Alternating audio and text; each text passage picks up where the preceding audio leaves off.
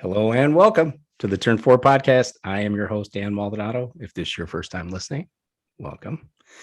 If you're a regular listener, welcome back. Let me introduce you to my co-host, Tim Reiner. Hi, Timmy. Hello, Dan. How are you? I'm good. How about you? I'm so good. And hello to all the listeners. Hello, everybody. Yeah. Hey, we are not insiders. We attempt to give you a fan's perspective on IndyCar racing. But tonight, we are going to focus on F1 and the crowning of a new champion. And we've got a lot of scripting to go through tonight, Timmy. We do. We got a lot of notes. Can't wait to go through them. So first thing I'm going to say is... How many pages?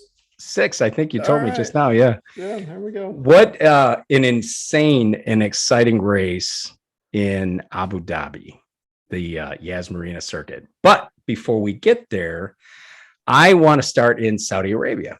That was the race that took place last week. So Max arrived in Saudi Arabia with an 8-point lead, but left Saudi Arabia tied with Lewis Hamilton. At the conclusion of that race, I felt, and I told you this, that Max had thrown away his shot at the his first ever championship. First of all, with the crazy position swap, right? I'm not going to call it a brake check. I'm not going to call it a brake test, whatever these guys want to talk about. But it was insane and uncalled for. It was pretty darn close to a brake check. Okay. It was, right? No, you got the guy behind you and you slam the brakes on. That counts as a brake check. There was room on both sides. So what happens when you're cycling and someone stops in front of you? You end up hitting them. There's no brake lights. Not. Yeah, we hope not. Well, right? That's why we signal. Stopping, slowing. Exactly. That's right? what happens in hand cycling. Up, hand down. We're stopping, that's right. Slowing. Yeah, I'm not going to call that a brake check. Was it overly aggressive? Yeah. Was it unnecessarily aggressive? Yeah. There was room, though. You mentioned they were jockeying for the DRS zone, and that's what was going on. Exactly right. Yeah, they were going for DRS, which also means they need to put that on the bone pile at the FIA, right? To take a look at some regulations on that. If being asked to swap the positions, Mercedes claimed that Lewis doesn't know why make that was going to happen. Follow him. He's ready. He's ready, folks. He's ready. He's ready to argue. This is the problem with sending you all these notes up front. You get a chance to marinate on all your responses. Well, if the rules are made to be broken, they might as well make them then, because that's what happens. The rules are made to be ignored, right? Yeah, exactly. I love it. That is so funny. So both were lucky to not have sustained any damage there. There was then a red flag condition, but we're not going to talk about that just yet. And probably what was the most bizarre exchange I think I've ever heard on an F1 broadcast was the race director, Michael Massey, coming on to Red Bull and saying, this is what we're offering, right? We're offering you a position swap. And at that time, I don't think Massey fully understood what he was offering, because the idea that Ocon, who had passed them both, would have kept his first place position, but then Max would have swapped with Lewis, moving to third, and then Lewis taking on second. So it wasn't immediately clear, but before we move on from there, what's your take on this? And I think we got a pretty good. It's the right call. I like that call. Okay. Because those two are battling, they get pushed off. Ocon is the benefactor from that, right? Mm-hmm. And it was a bad move by Max, so Max needs to go back behind Lewis. In the meantime, Ocon's got the position. That is what it is. Yeah, and he won earlier in the year, so I mean, he had to be somebody to be reckoned with, really. Yeah. So the word usage of "this is what we're offering" was probably not the best thing for Massey to use in that situation. But really, what the premise of what he was trying to accomplish was, guys, we'd like you to switch these positions back. We feel that there's merit for asking you to do this. If you don't do this, it's going to be referred to the stewards, and then you have an opportunity for a time penalty, other situations too. So take it now. This is what we're offering you. and let's just get it over with so we can move on and start racing again when the red flag conditions go away.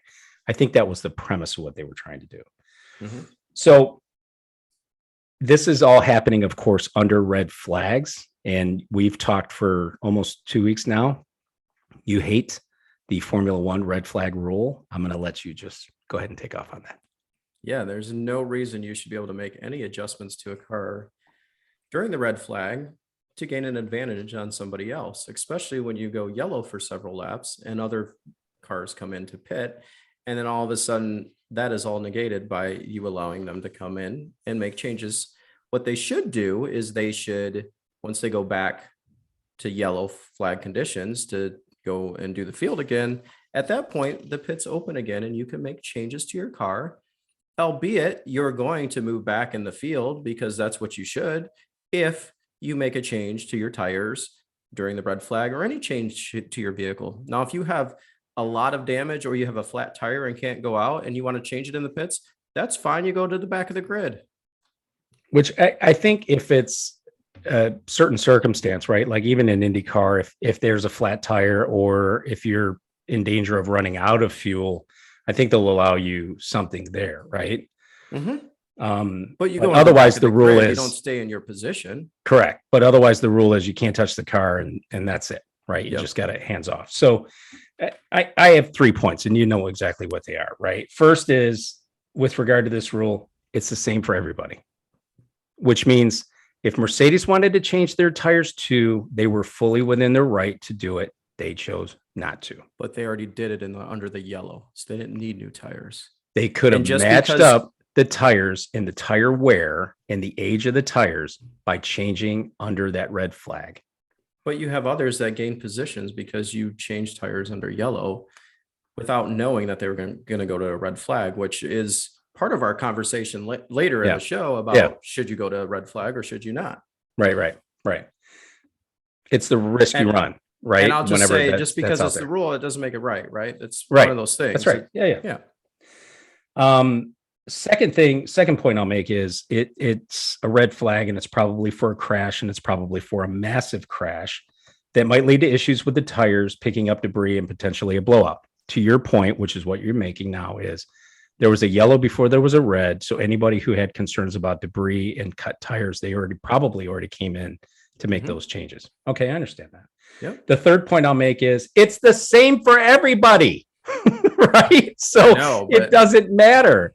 It sucks for Mercedes that Red Bull had that advantage of being able to change the tire under red. They could have. It was the same thing for Lando. I think he was one of the guys that was complaining about it too and said, it doesn't make any sense that I pitted under yellow and now I'm down 10 positions because you let everybody else change their tires under red. That rule needs to be changed. Right. Yeah, I think you got to take a look at that, right? So because we all know how important tire and tire wear, tire choice and tire wear is when you have fresh sets and somebody's on an old set of tires. Yeah. So Bob Varsha, a friend of the show, said during our podcast with Bob, during our conversation with Bob, and he also said it during the post race from Abu Dhabi, that he said you can't legislate for all situations. Right. There are certain situations that come up. So this, I think, is one of those situations where you can't legislate for all situations. But now that you have the benefit of hindsight, and we're going to talk about it a little bit more, now that you have the benefit of hindsight, there probably needs to be some sort of legislation that comes into place for these rules in subsequent years. Yeah. And like I said, I'm happy that, you can make changes to the car under red, fine, but you can't gain an advantage because of it. So you move to the back of the grid or you move down 5 spots, whatever's they decide. I think something needs to change there, though. Yeah. They do have these arbitrary rules in Formula One, right? It's like that's a 5 grid penalty, right? It would be. So they could always do something like that. So on to Abu Dhabi, final race of the season, coming in all tied up. Qualifying comes in. Great qualifying efforts by Lewis Hamilton, right? Max flat spotted his medium Pirellis during the closing laps of that second qualifying, which is the one that really sets the tires, sets the vehicle. You're in park from A at that point. That's it. You're not changing anything. But because of that flat spot, that necessitated Max changing strategy to soft tires, which put Max on pole through the benefit of those soft tires. Lewis second on mediums, followed by Lando Norris, Sergio Perez, and Carlos Sainz, all on soft tires. And I told you coming out of that qualifying, my full expectations there was Lewis is going to get steamrolled, right? Max is going to take off on soft tires. Mm-hmm. 3 fast guys behind Lewis on soft tires. Lewis is going to get steamrolled, right? Mm-hmm. Boy, was I wrong. Yeah. Man, you were dead wrong on that one. Yeah. He took off, had a perfect start, like crazy perfect start. And that was it. There was no catching him. Although Max did attempt to pass on that first lap, that led to what I thought would have really been this weekend's controversy, right? Yeah. So I think so. Yeah. Wrong about that too. More on that later, right? Yeah. Max sent in on the inside of Lewis in turn 6. Lewis went through the runoff and resumed in first place with what I would say was quite an advantage there. Do you agree with that, Tim, or no? I do agree there was some advantage gained by Lewis Hamilton going through the chicane or through the area in order to avoid contact. Okay. So I consider that a small win for me. It's a win, but Max shouldn't have the vehicle where he had it. There was no room for it. Nay. So if you look at that, Lewis didn't defend the inside as much as he certainly could have. And the F1 rule is if the nose is in the apex ahead of the car you're passing, the nose has it, which means Max had the apex and he was ahead of Lewis going into that turn. Okay. But do you make that same move if the wall is right there? No, you don't. Right. So that is exactly the point that also came up on social media is if there's a wall, grass, or gravel in that situation, you don't do that. Right. You have far less opportunities there. I think that that's also leads to some of these bonsai moves like this, right? Where somebody will just send it into a corner. Man, I got a quarter mile of runoff. Doesn't matter. Right. Yep. You got to open for the best. Some of these curbs and hope you don't break anything off these cars, but otherwise you just send it. So what I saw is Lewis turned in and then he decided, oh, I'm not going to make this. I'm going to run right into Max. And he buzzes right through the runoff. That's what they're there for. Yeah. He had a clear advantage. He had a clear because they were side by side at that point and Lewis was gone. Yeah. He did get like a second. Yeah. Second and a half advantage. So the race director and the steward said no further action necessary on that situation. That was a brief insight into the idea that the race director and the stewards were 100% committed to allowing this race to be a race. At the beginning of the race, yes. Exactly. Yeah. They got into it at the end here. So they followed up. We all know that. It's coming.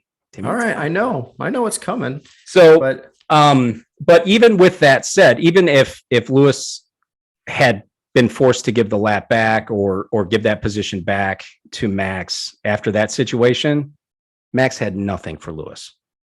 No, in that situation, he had nothing for Lewis in that situation. Mercedes was dominant. Yep. Oh yeah, absolutely. Was dominating there. So he had nothing for them. To me, the most exciting part of this race, and I know we see this differently, is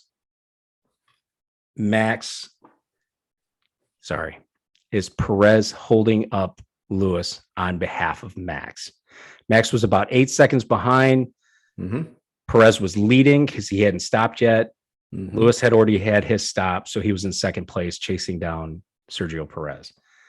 To me, masterful, clean, and appropriately hard, and 100% what you're supposed to do as a teammate to the guy who is fighting for the championship. Take off the glasses and tell me I'm wrong, Tim. I don't like it. I don't like it at all. I think it's It's on the verge of being dirty driving. And Oh, yes, it's on that verge. You're on tires that will not hold up. You've got a guy coming at you that's running 2 second faster laps, and you're going to hold him up for a lap and a half, uh-huh. which it went from 8 seconds to 1.2 seconds was the gap. And then you pull over and let your teammate by. I think that's dirty in my books. I don't I don't like it. And I don't like the team radioing in to say, hey, make sure you hold up Lewis. Um, at that point, when you got to hold someone up, you're not as good as that car, right? Yeah. You're Oh beat. yeah. You're easily beat. I didn't enjoy it, but I did. I thought it was awesome. yeah, it's like it's deliberate, right? I guess it was clean racing. So could you really have any rules in the rule book that would prevent that? Maybe not. I don't know. I guess Yeah. he's still on the lead lap. He is the leader, so he can do what he wants to do, I guess. But I didn't enjoy it. More rules for the FIA to Yeah, misinterpret. Yeah, I know. Yeah. Lewis, of course, was complaining on the radio that the racing was dangerous. So who was rolling their eyes? Me. I was rolling my eyes because it wasn't dangerous. He held him up. He knows how to do that. He's a veteran. He knows how to make that happen. There was no bumping. There was no banging. There was no brake checking. There was none of that. Right? Dangerous? You're right. No. Hard? Risky. We'll call it risky. Oh, I like risky. I like risky. It was risky. Yeah, I'm gonna write it. Because what happens when you actually take out Lewis, and then it's that would have been ugly. Yeah, so you got to be careful in that situation. I think they were riding the fine line there between being, aggressive enough, but a little risky that anything could have happened, and you could have taken off one of Lewis's wings, and then the race would have been done from there. Yep. Yeah, or I mean, Lewis could have gotten close to the back and pulled the wing off. Yeah, it totally could have happened. Yeah, so anything like he's that. clearly 2 seconds faster a lap. You're not going to hold the guy. You're not going to, you're not going to stop him from coming through. Yeah. You just got to slow him up. Got to give him a little leeway. It's for the championship, but I get it. It's your teammate and you want your teammate to win. So that's right. Cruising on down the road. Lewis has got this thing in hand.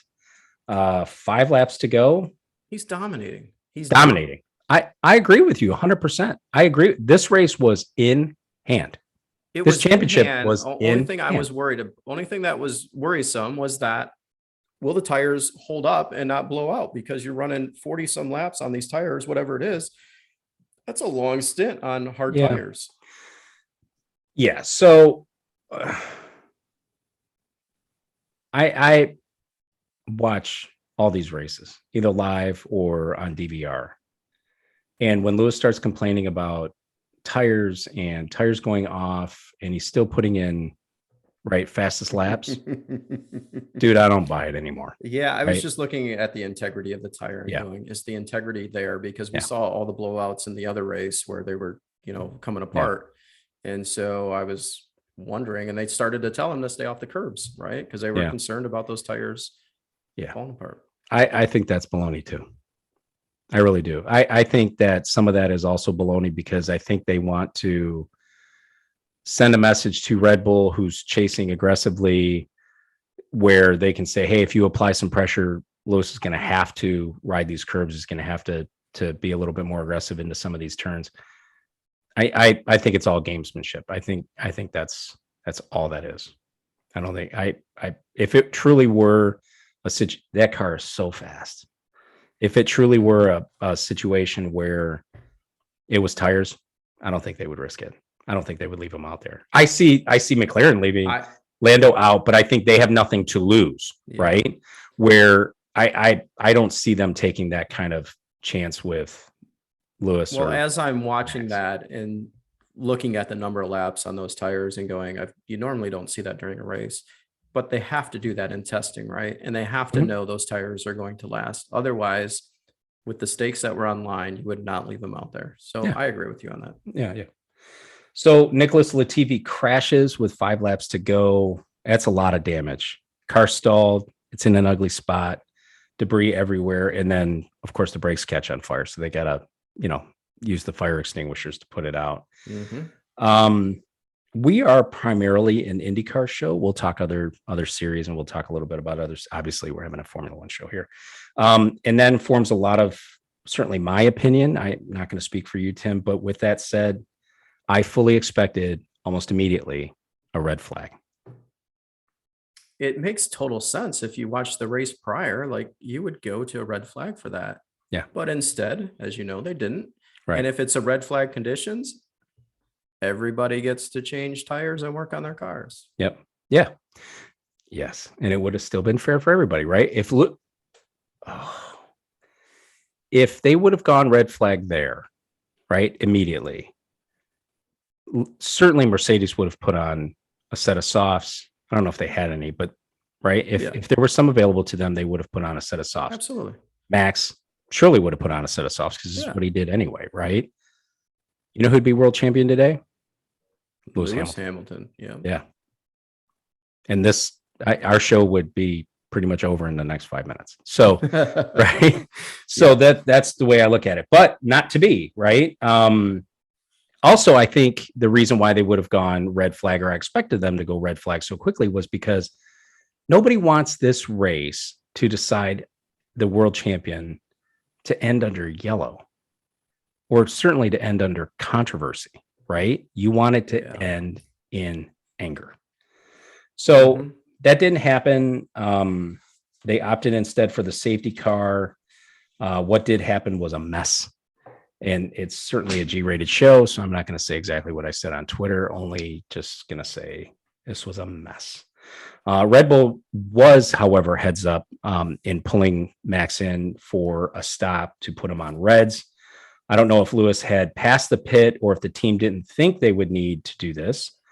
Maybe they thought the race wouldn't get back to green because of the laps counting down and the amount of damage. So I think there's two critical mistakes that the Mercedes team did during this race.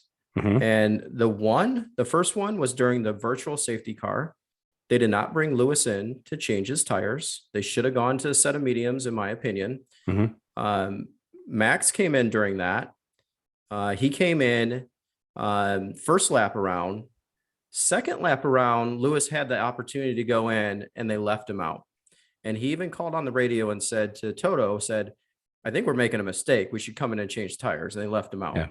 And then the second mistake, and I don't know if this is arrogance, I don't know what it is on the part of Mercedes, is that during the safety car, you bring him in for a fresh set of tires because you know you're all going to pack up. And if you bring him in, Max came in, right? And if Max doesn't come in, you're going to have fresher tires and you're going to get around Max. So they made two critical errors that caused the situation at the end. Yeah, I agree with you. I think some of that was strategy that didn't go well for Mercedes in this situation. And I think that Red Bull was able to capitalize on what they needed to stay competitive. They had nothing to lose. They had no pace. And they knew that from the first 40 yards of this race, right? They had no qualifying pace. When they had Sergio give him a toe down the straightaway in order to get the pole. So they knew that going into the weekend and they played it brilliantly. Yeah, they did. Yep.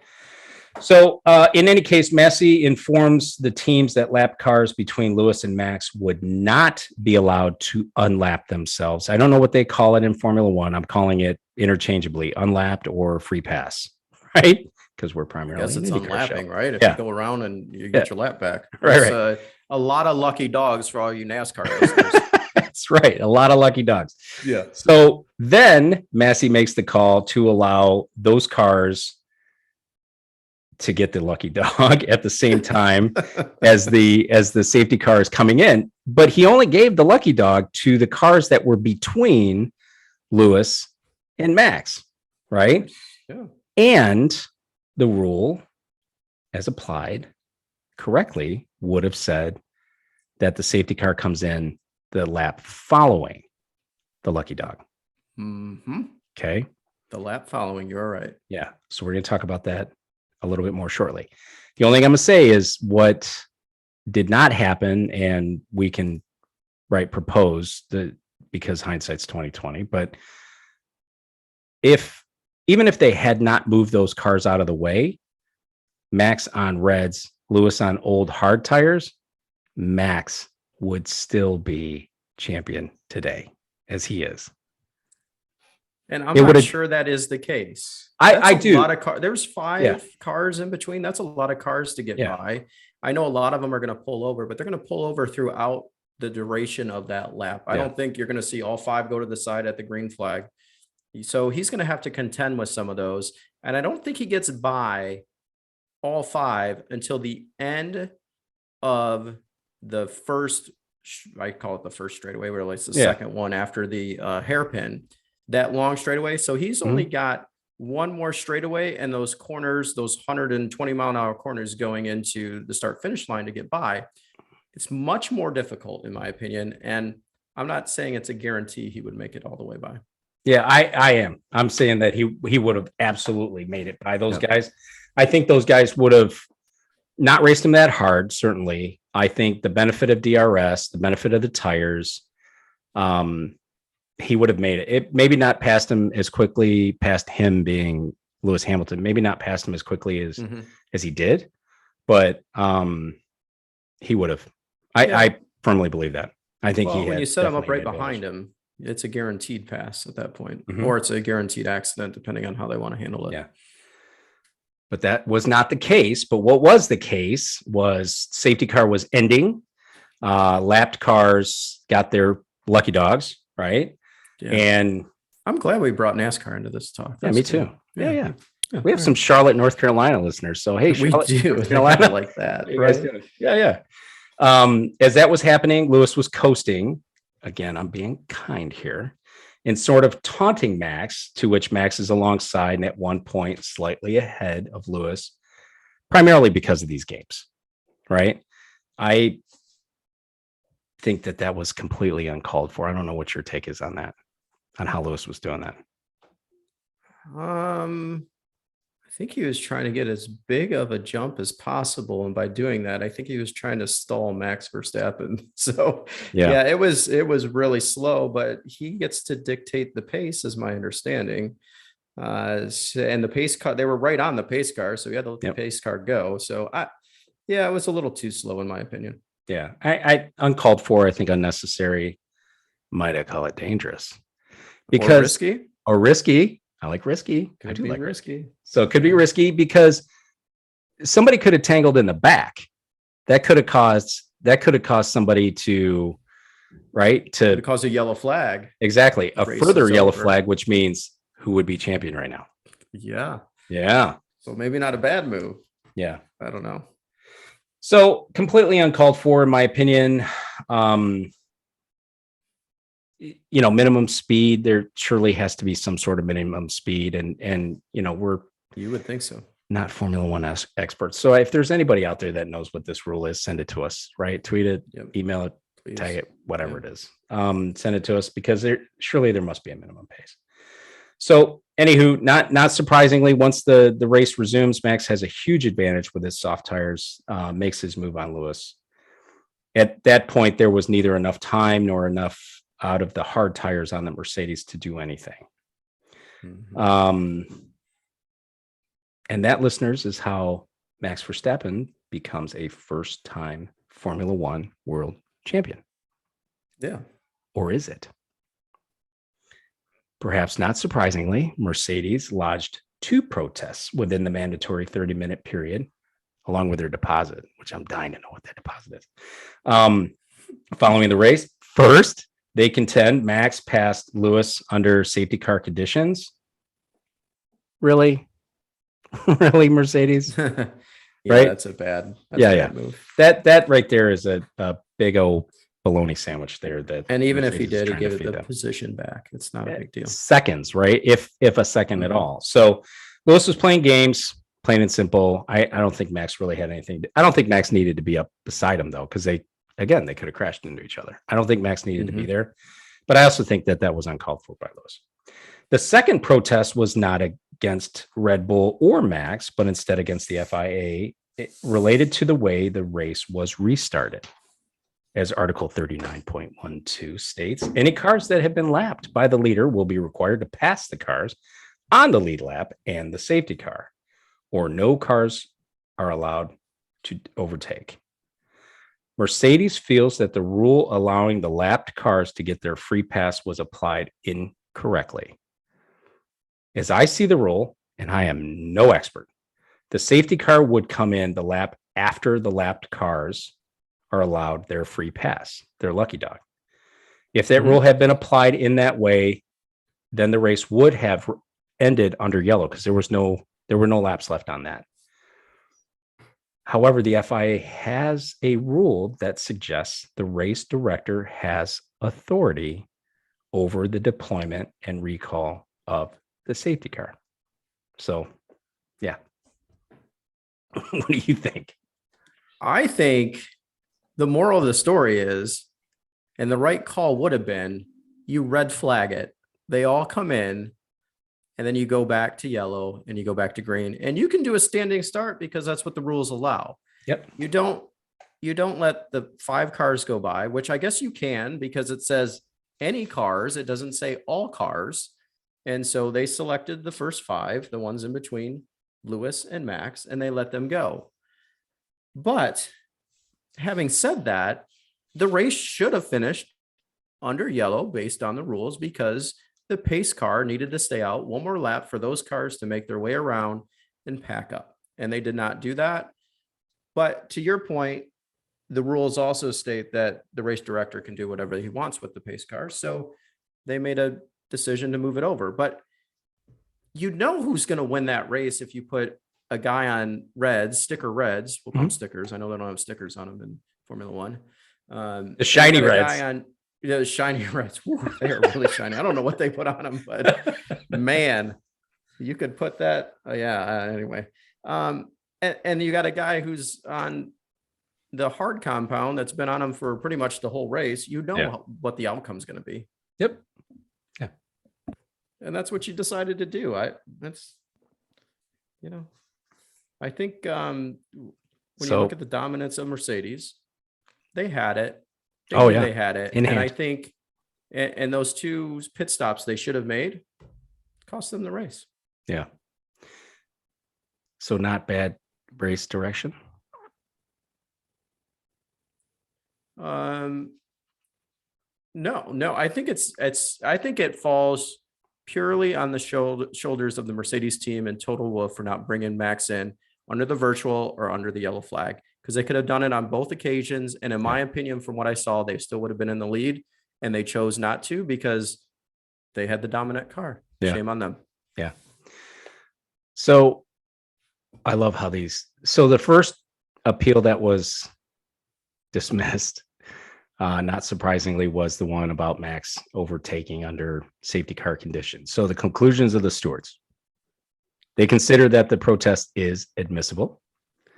However, considered the various statements made by the parties, the stewards determined that although car 33 did at one stage for a very short period of time move slightly in front of car 44 at a time when both cars were accelerating and braking, it moved back behind car 44 and it was not in front when the safety car period ended, i.e. at the line.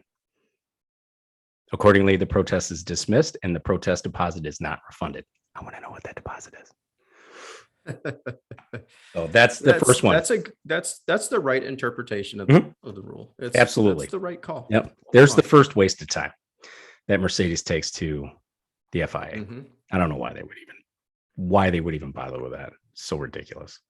The second one is certainly more serious, right? So protest by Mercedes AMG Petronas F1 team against classification at the end of the competition, et cetera, et cetera. So Red Bull argued. Mercedes obviously said what we've been saying here, and that was that the rule for the safety car and the lapped cars was not applied correctly, right? They argued had that rule been applied correctly, that car 44 would have won the race, Lewis Hamilton. Yep. So they're requesting the stewards. Accurate. Yes. So they requested the steward. Yeah, absolutely. They have something to stand on here, right? So they're asking the stewards to amend the classification under an article of the FIA Sporting Code. So this is interesting. So Red Bull very quickly, right? Because Christian Horner said, we're here to race. We don't travel with barristers, right? Which I love that. But surely there's a barrister somewhere, or a barrister in hiding somewhere, because Red Bull argued any does not mean all, which means they didn't have to move everybody around. That is true. Yep. Safety car in this lap is the signal that it will enter the pit lane at the end of that lap, which is what happened. Right? But that's not what the rule book says. It says the lap after. No, it says it. It says Article 4813 of the sporting regulation states that the message "safety car in this lap" is the signal that it will enter the pit lane at the end of that lap. Yes, that makes sense. But yes.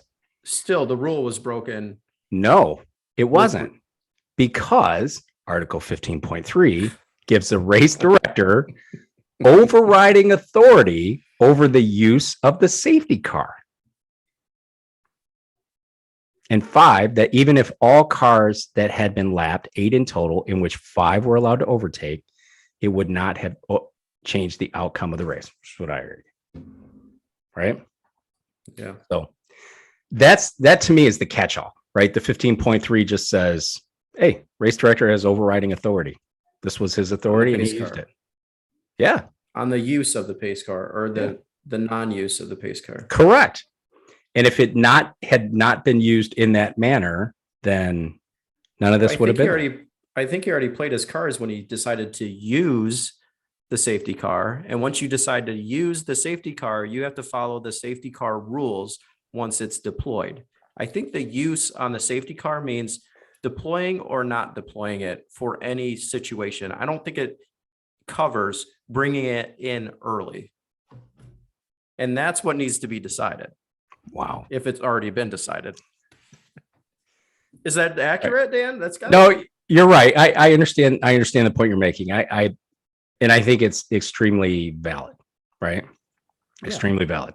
Once you use it, you follow the rules of the safety car. Yeah. I agree with you to the extent that he does have overriding authority. And then I'll just take it a step further and just say, this is an entertainment property. Right. And I think that those in charge of putting on the entertainment property have a, sort of an obligation to those watching and those interested in watching this entertainment property finish as entertainment. You and I have been in the stands and have watched IndyCar races end under yellow, and it's a drag. I actually don't mind it. I do. I feel a little cheated at the end of those. I really do. There was, again, Bob Varsha, friend of the show, on his post-race show there that he does on Sirius XM, and I apologize, the name is slipping my mind. Callers were calling into that show. There's a better way to say that, Daniel. Callers were calling into that show saying, well, why not do the green, white checker like NASCAR does? Right. And I don't mind that. I don't mind that idea. I don't mind that idea across a number of series, right? Because I don't think any race should end under yellow. But except for maybe weather, right? But even then, I don't want that to happen. But where FIA has painted themselves, or where F1 has painted themselves into the corner, is that minimum fuel load.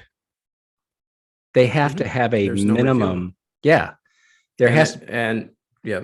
So how do you fuel the car? Do you always then fuel the car for 3 extra laps? Right. Mm-hmm. Because of the right. There's a risk of a green, white checker, and then you always have to fuel the car for 3 extra laps. But then this becomes your minimum. So at some point, somebody gets to use party mode, right? Because this thing ain't going to end under green, white checker. We're going for it. Yeah.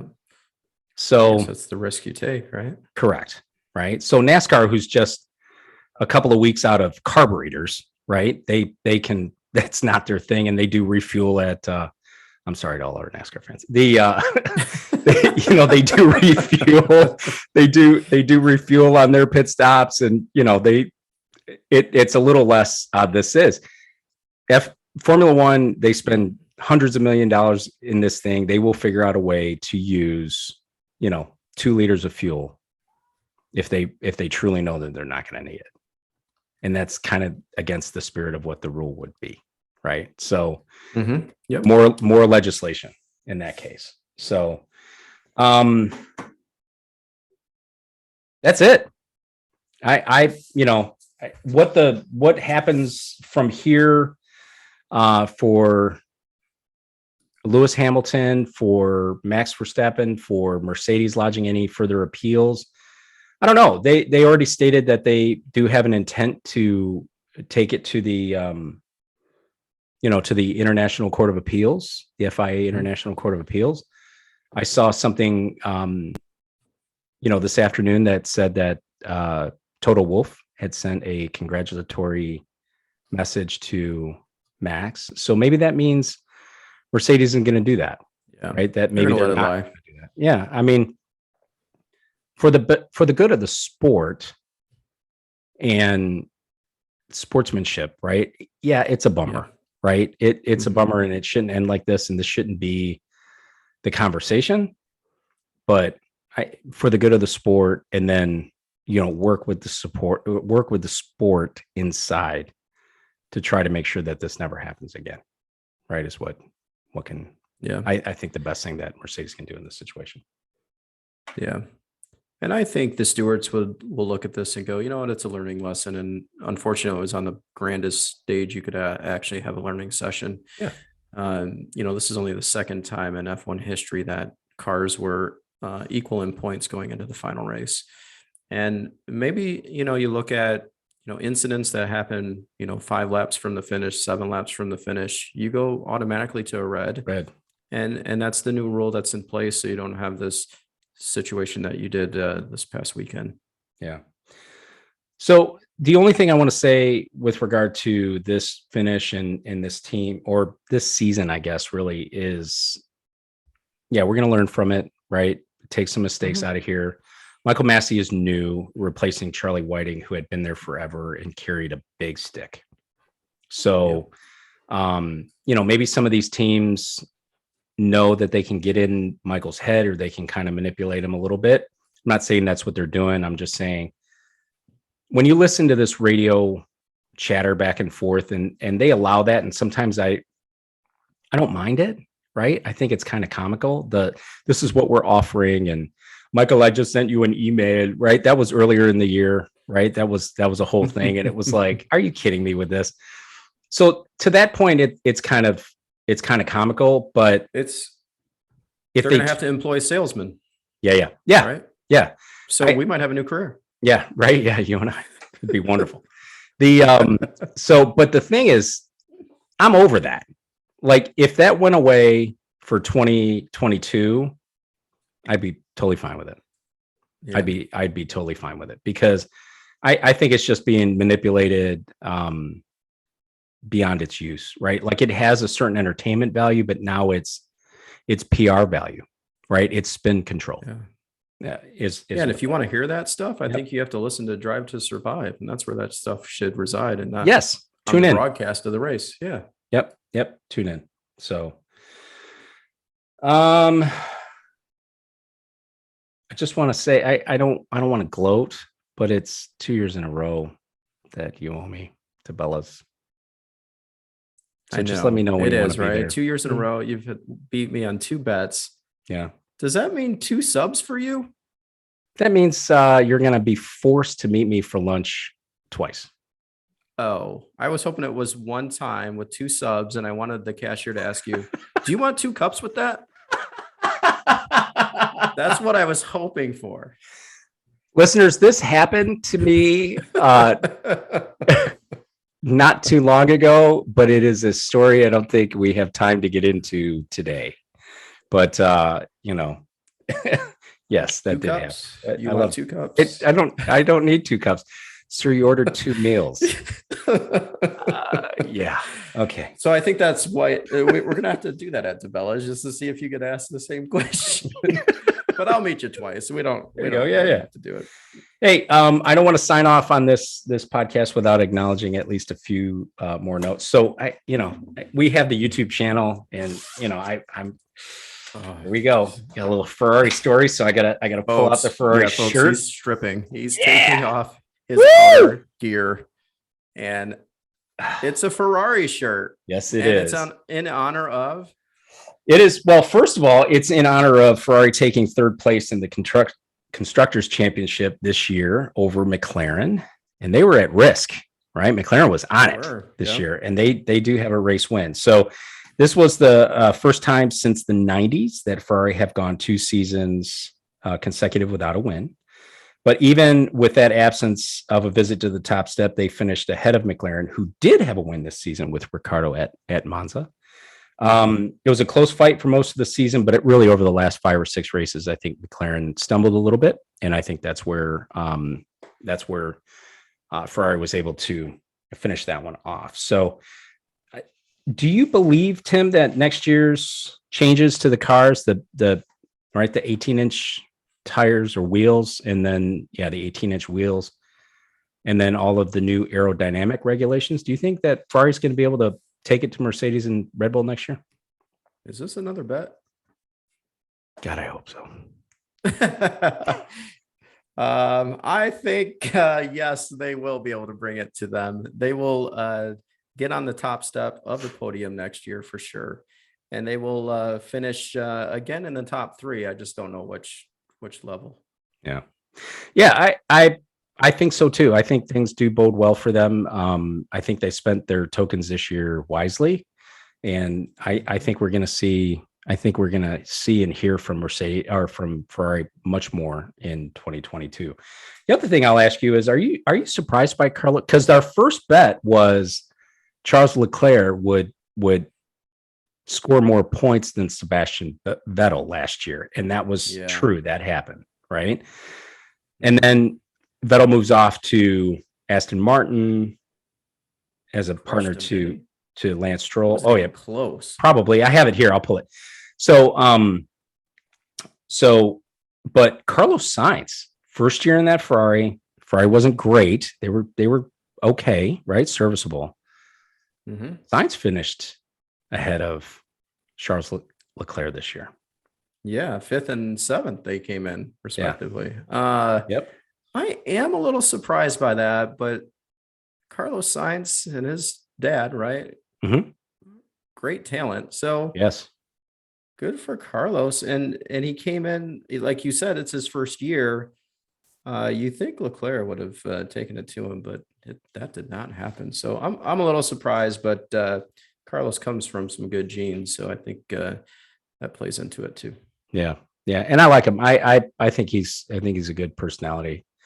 Good guy behind the wheel. I think I do as well. Yeah, they're going to be both. They're going to be very, very good. Just to kind of answer your question, Sebastian Vettel finished 1 place ahead of Lance Stroll. Sebastian finished 12th with 43 points. Stroll finished 13th with 34 points. So 9 points. It's not bad. Also, I want to acknowledge Alpine. They had their first win this year with Ocon in Hungary. Alpine takes 5th in the Constructors Championship, but first, as far as I'm concerned, with the livery, because that was absolutely my favorite. Isn't that yours too? And that was Renault, right? That was the Renault team. Mm-hmm. Yeah, and still a Renault engine, and yeah. No, I really like the McLaren livery here at the final event. Do you? Well, at the final, yeah, that was really nice. Otherwise, not my favorite. Yeah, not my favorite. Yeah, it's good. Good paint job's always good to see, and we'll see what the new cars bring out next year. That'll be fun. I think the Aero McLaren cars in IndyCar have a nicer, and they're plain too. I think their livery in IndyCar is nicer than the one in Formula One. Yeah, I think the one they had at Nashville was really good. Yeah, Nashville was awesome. Yeah, that was the best. Otherwise, it's all right. Yeah. And then also Kimi Räikkönen, the shirt. right? I bought this There shirt you go. in 2018 at Coda, the year that Kimi Okay. had his last win in Formula One, which was in 2018 in Coda. So Kimi is calling it a career. He is the only driver to win in a V10, in a V8, and in a hybrid V6, which I thought was very interesting. He had a total of 21 wins, 103 podiums, and one world champion. Again, I got to see Kimi take victory at Coda in 2018. He raced for Sauber twice, McLaren, for Ferrari twice. He did retire from the sport in 2009. He dabbled in rallying and NASCAR trucks. I don't remember him being in NASCAR trucks, though. Do you, Tim? I do not know. It's one thing I didn't. No. Yeah, I didn't watch. Yeah, I don't remember that. So Kimi did return to Formula One, racing for Lotus for 2 seasons. He did have a win. That was the infamous "Leave me alone, I know what I'm doing." And then he moved on to right, yes, which then moved on to Alfa Romeo, which is what I consider to be his second stint with Sauber, racing through yesterday's race at Abu Dhabi. To me, a great personality, even though it is dry as toast. And someone you can count on 100% for the unvarnished truth, whatever the question. 42 years old, has a beautiful and young family. Is this it for Kimi? Yeah, he's done. He's done. He's gonna live the good life. He's gonna go off into the sunset. I think it's just his personality, right? It's one of those things that he's checked out. He's gonna have his raise his family and live off the wealth he's gathered over the years. Yeah.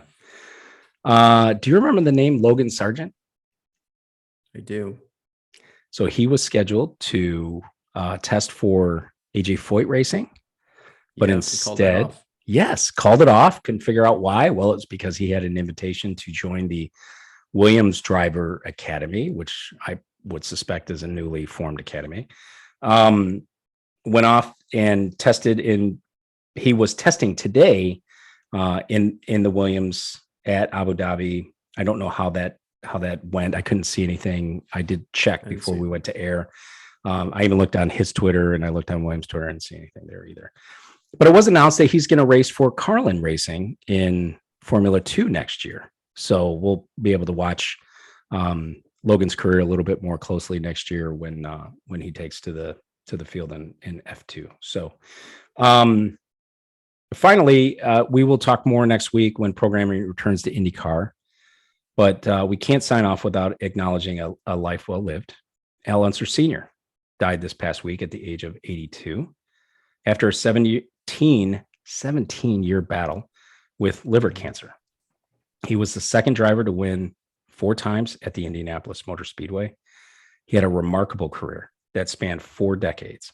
First race at Milwaukee in 1964, with his last race at the 1993 Indianapolis 500. Rest in peace, Al Unser.